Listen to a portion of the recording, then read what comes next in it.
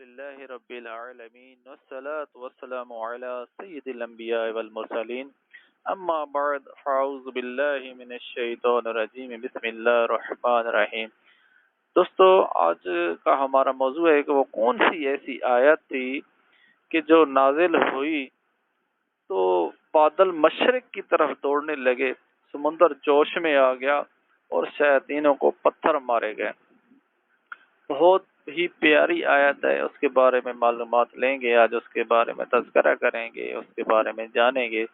تو اس سے پہلے ہم ایک احادیث مبارک اور درود شریف کے بارے میں پڑھتے ہیں، سنتے ہیں اور اپنے ایمان کو تازہ کرتے ہیں، اس کے بعد اس آیت کی طرف جائیں گے۔ تو حضور نبی کریم صلی اللہ تعالی علیہ وآلہ وسلم نے ارشاد فرمایا، جو شخص مجھ پر ایک مرتبہ درود پاک پڑھتا ہے، اللہ تعالیٰ اس پر 10 مرتبہ رحمتیں نازل فرماتا ہے۔ سبحان اللہ، ماشاء اللہ، کتنی پیاری فضیلت ہے دوستو درود شریف پڑھنے کی۔ اور دنیا میں درود شریف ہی واحد وہ وظیفہ ہے کہ جس کی قبولیت میں کوئی شک و شبہ نہیں ہے کہ جب بھی جہاں بھی پڑھا جائے تو وہ قبول ہی قبول ہوتا ہے۔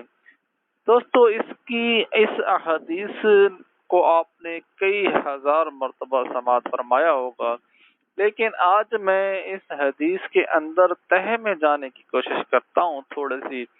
تو دوستو، یہاں فرمایا گیا، نبی پاک صلی اللہ تعالی علیہ وآلہ وسلم نے ارشاد فرمایا کہ ایک بار جو شخص مجھ پر درود پاک پڑھتا ہے تو اللہ تعالیٰ اس پر 10 مرتبہ رحمتیں نازل فرمائے۔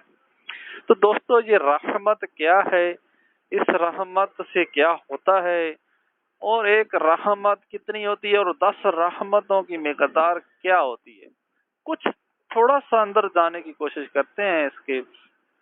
دوستو، مفتیان عظیم، علماء کرام، شیخ عظام رحمت اللہ تعالی علیہ رحمت کی تشریح کرتے ہیں کہ اگر اللہ پاک کی ایک رحمت کا کروڑواں حصہ بھی مسلمان کے حصے میں آ جائے تو وہ اس کی مغفرت کے لیے کافی ہو جاتا ہے۔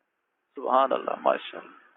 اگر اللہ پاک ایک رحمت انسان کو عطا کر دیں، وہ اتنی بڑی رحمت ہے اس کی کہ اس کے ایک پوری رحمت کا بھی کروڑواں حصہ اگر مسلمان کے حصے میں آ جائے تو وہ اس کی مغفرت کے لیے بھی کافی ہو جائے گا۔ سبحان اللہ، ماشاء اللہ۔ اور ارشاد کیا فرمایا میرے آقا نے کہ مجھ پر جو شخص ایک بار درود پاک پڑھے گا تو اللہ پاک اس پر 10 مرتبہ رحمت، اور جو 100 مرتبہ پڑھے گا، اور جو 1000 مرتبہ پڑھے گا۔ سبحان اللہ، ماشاء اللہ، کیا کہنے ہیں دوستو۔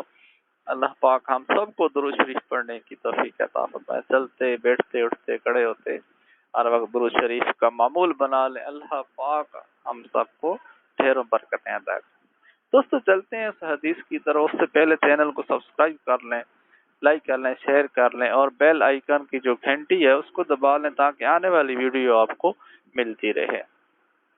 دوستو، حدیث کی طرف، اس آیت کی طرف چلتے ہیں کہ وہ کیسے نازل ہوئی اور اتنی جلال والی کیسے ہے۔ حدیث پاک میں ہے، حضرت سیدنا جابر بن عبداللہ رضی اللہ تعالی عنہ نے فرمایا، جب بسم اللہ الرحمن الرحیم نازل ہوئی تو بادل مشرق کی طرف دوڑے، ہوائیں ساکن ہو گئیں، سمندر جوش میں آ گیا، چوپایوں نے غور سے سننے کے لیے اپنے کان لگا دیے، اور شیطانوں کو آسمان سے پتھر مارے گئے۔ اور اللہ عز و جل نے فرمایا، مجھے میری عزت اور جلال کی قسم، جس شے پر بسم اللہ الرحمن الرحیم پڑھی گئی میں اس میں برکت دوں گا۔ دوستو، کیا پیاری آیت ہے، بسم اللہ الرحمن الرحیم۔ جب نازل ہوئی تو بادل دوڑنے لگ گئے۔ سبحان اللہ، ماشاء اللہ، ہوائیں رک گئیں۔ ایسا جلال اس آیت میں ہے۔ سمندر کہتے ہیں کہ جوش میں آ گیا، چوپایوں نے بھی، درند پرند چرند نے غور سے سننے کے لیے اپنے کان لگا دیے کہ کون سی آیت نازل ہو رہی ہے۔ اور آسمان سے شیطانوں کو پتھر برسائے گئے. جب آیت نازل ہو رہی تھی شیطانوں کو پتھر لگ رہے تھے. سبحان اللہ.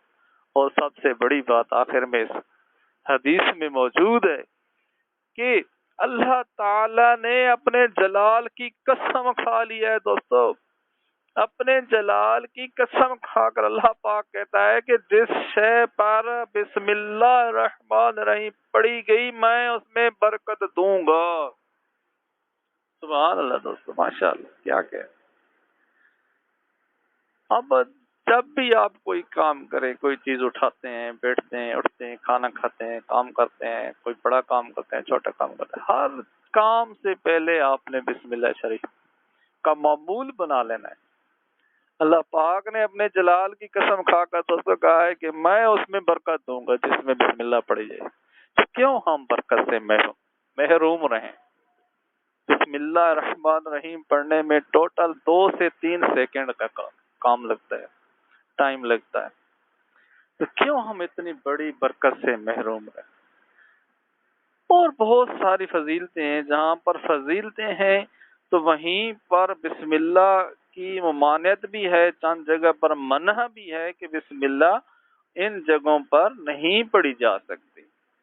وہ کون سی جگہ ہیں جہاں پر بسم اللہ شریف پڑھنا منع ہے؟ وہ بھی فرمائے.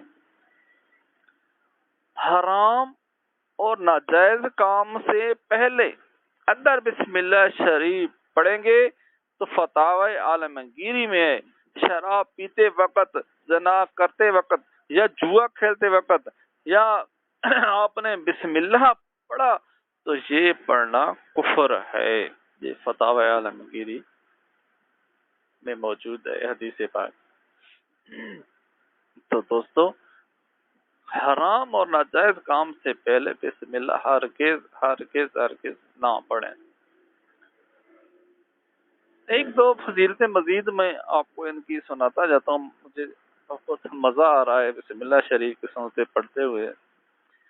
جو شخص کسی جانور پر سوار ہوتے وقت بسم اللہ اور الحمدللہ پڑھے گا تو اس جانور کے ہر قدم پر اس سوار کے حق میں نیکی لکھی جائے گی. آپ کسی جانور پر چڑھے ہیں تو اس میں بسم اللہ پڑھ رہی ہے تو وہ جہاں تک چلتا جائے گا اس کے ہر قدم کے بدلے میں نیکی آپ کو مل جائے. سبحان اللہ ماشاء اللہ. جو کہ جانور کا سفر اس وقت اتنا اویلیبل نہیں ہوتا ہے تو اس کو ہم دوسرے سفر کے ساتھ بھی مشابہت کر سکتے ہیں. گاڑی وغیرہ میں اگر آپ سفر کرتے ہیں تو اس وقت بھی یہ فضیلت علماء کرام کہتے ہیں کہ یہ فضیلت حاصل ہو جاتی ہے.